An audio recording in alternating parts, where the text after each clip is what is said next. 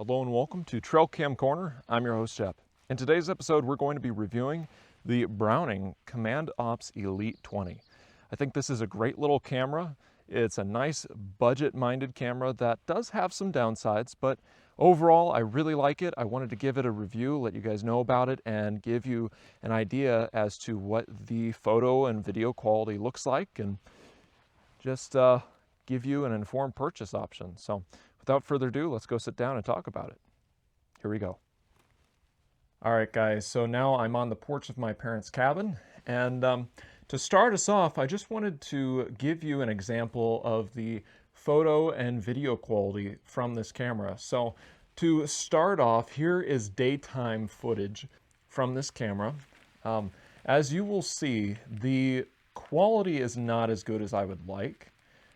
It is not the highest quality out there by far. It's actually some of the lowest quality I've seen, but yet it actually works pretty well. And I think that's probably the most impressive part about this camera, is that even though it's not the best in any one area, it's overall pretty good.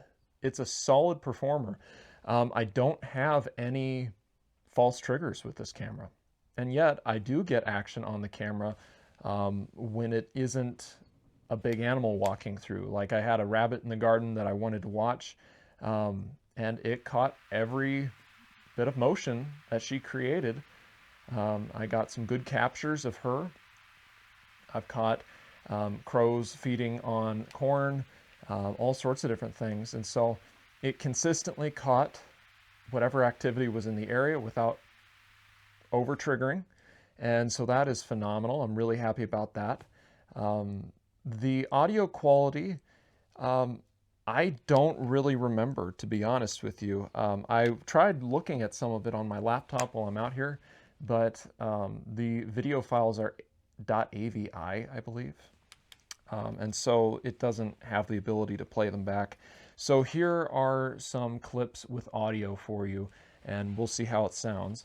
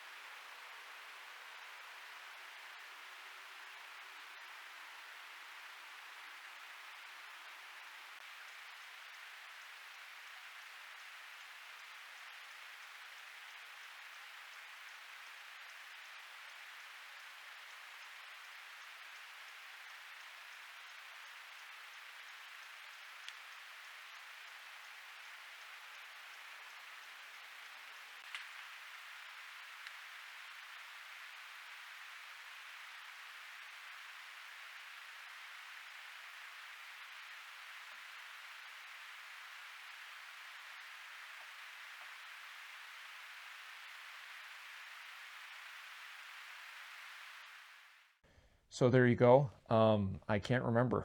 So I apologize for that. I should have checked before I left home, but unfortunately it skipped my mind. So I got to say though, I don't expect too much, because I bought this camera at just about $60. And although that isn't a small amount of money, comparatively speaking, that is a budget camera. So it doesn't need to have the best specs or the best performance per se. If it were 160, that would be a different story. But as it is, it's pretty solid, and I honestly can't really complain about that. I do wish that it had a wider field of view. As it is pretty darn narrow. I don't know the exact numbers. This is not one of their most documented cameras, so finding the exact specifications is tricky. I do plan on doing a test to see what the results will be at some point down the road, but for right now I'm just not going to do that. I want to put out these reviews piecemeal, and that way it doesn't become overwhelming. Just be able to put out the overall review now, and then we can do some testing for the exact distance where it will trigger and the field of view of the sensor and camera at some later point. Break it up a little bit, make it easier to just get out the content. So what about the camera do I really like? Well, besides the overall reliability, which is very important, I love the simplicity of the setup. I mean, it just has a very small little screen there. It's a green backlit, black text setup. It tells you everything that you need to know. You click the M button, that's the menu, and then you can just go through. Yeah, you can just go through and look at all the settings. So I have it set on picture mode, which for whatever reason they call it trail mode. I don't really know why Browning does that. It's just photo mode, so I don't really know why they do that. It's just pictures, so whatever. I have the capture delay set at 20 seconds because that seems to work pretty well. Now the picture size. Again, as you saw there, it's not the best looking. As you can see here at night especially, I mean, it starts to fall off a bit. If it's close to the camera, within 60 feet or so, it's okay. But, if you caught a Bigfoot on camera, or something that you could think was a Bigfoot, just how many comments would be ridiculing you in the comment section of a Facebook post or something sharing it? I mean, it would be insane, because it just doesn't look that great. Let's be honest here. It's not that good. At 100 feet or more, you're going to have a blob squatch. It could be a guy in a hoodie. It could be a bear. It could be a Bigfoot. You don't know what it is. And so think about that for a second. For security's sakes, that's not great. If it's within 60 feet, I'd say you're good. But it's past that where it starts to fall off quite a bit, and it is just not going to give you license plate numbers or any solid distinguishing features that you can give to law enforcement if you have someone on your property trespassing, you name it.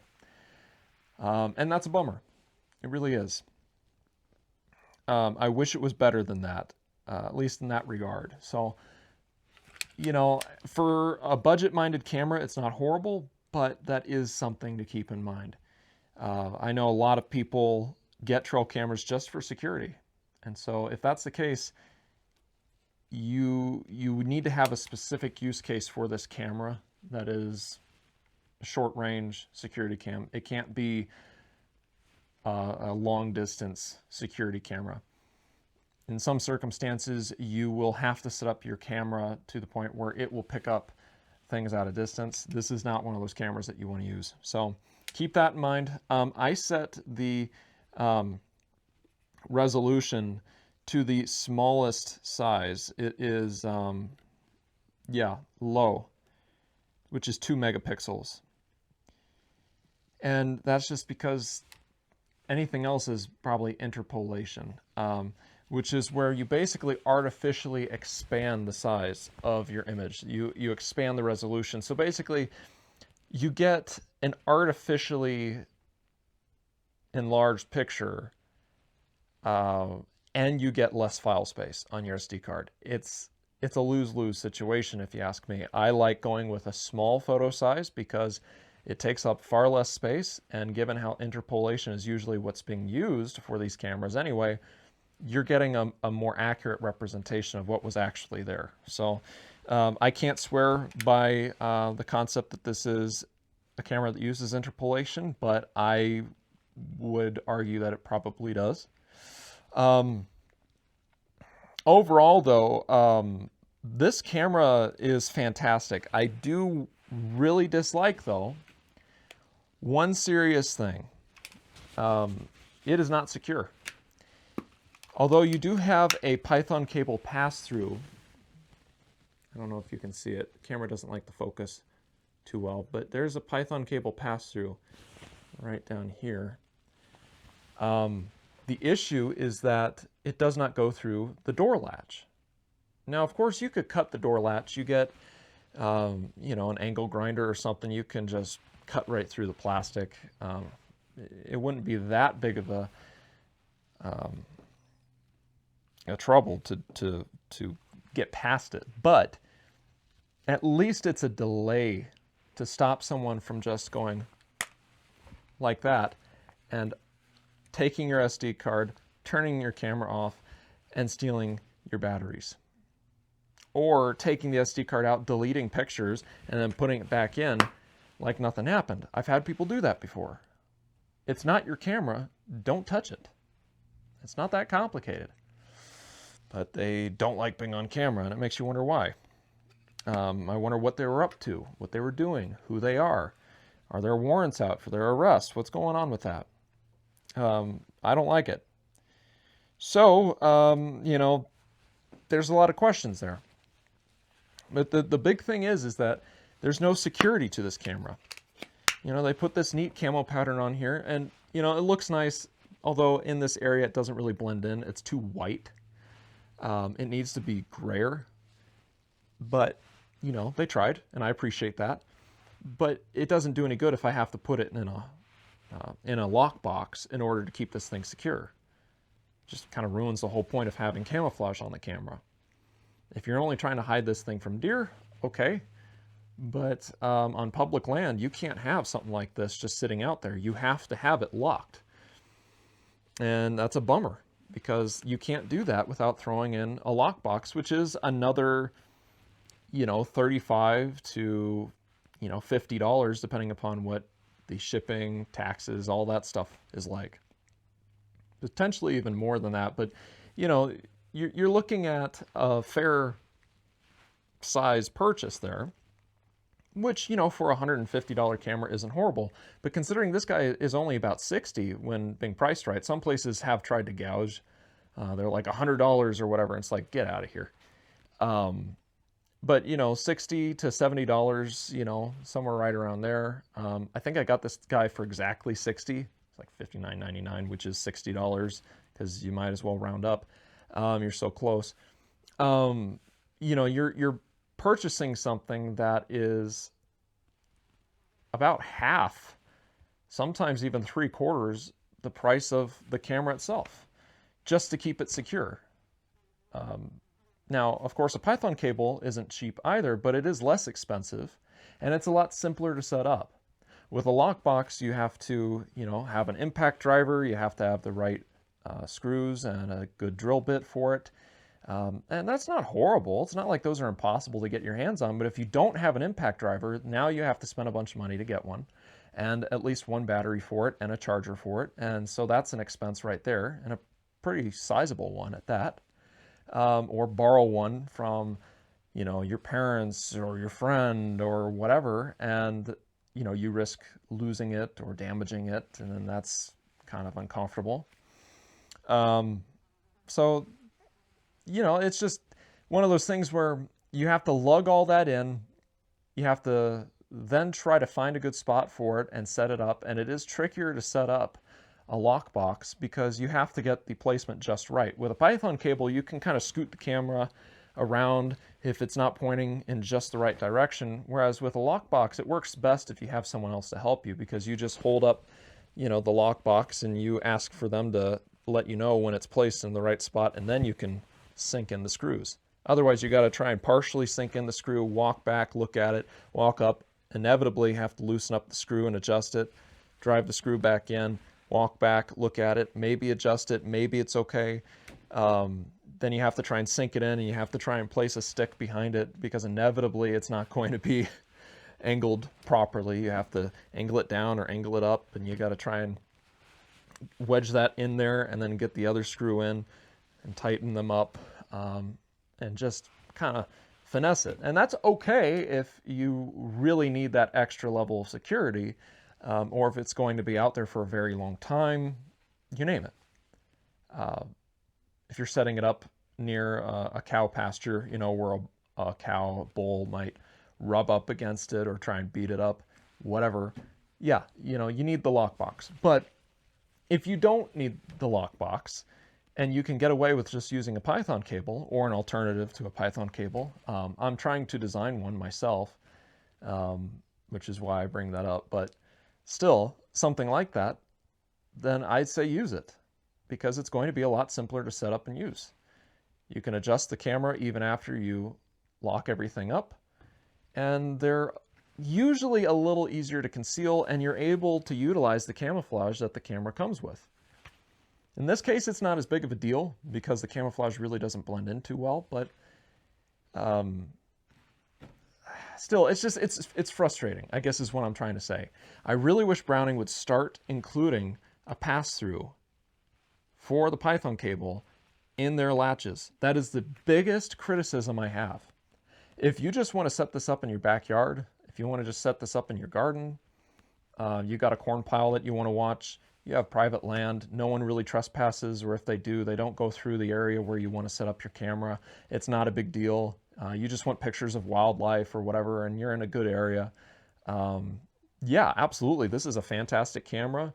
Assuming that you don't need super high resolution photo or video, you just want to get an idea of what's out there, check this guy out. It's a great camera. I love it. I should tell you how many batteries it needs before I forget. Yeah, takes 6 batteries, 6 AA's. I haven't had any issues with it as far as the SD card choice. I use the mini SD cards from SanDisk, and I put them in the full-size SD card. I got an example of it right here. The adapter. Come on, focus. There you go. I just have a little adapter here, and I use these little SanDisk Extreme Plus 128 gigabyte SD cards. So these work great. I got them at Costco. Got a couple of them for a bundle price or whatever, or a Costco exclusive deal that they had going. Whatever. Anyway, I got a few of them. It's been over a year now, but they've worked really well with this camera, and I haven't had any issues with it not accepting it. So that makes me very happy. Some cameras don't like the mini SD cards in the SD card adapters. Some have no problem. Thankfully, this is one that has no problem. This camera is made in the Philippines as well, so it's not made in China. So if that's something that concerns you, there you go. Overall, it works great. It's a good camera for the $60 to $70 price range that you will hopefully find it at. Overall, I like it a lot.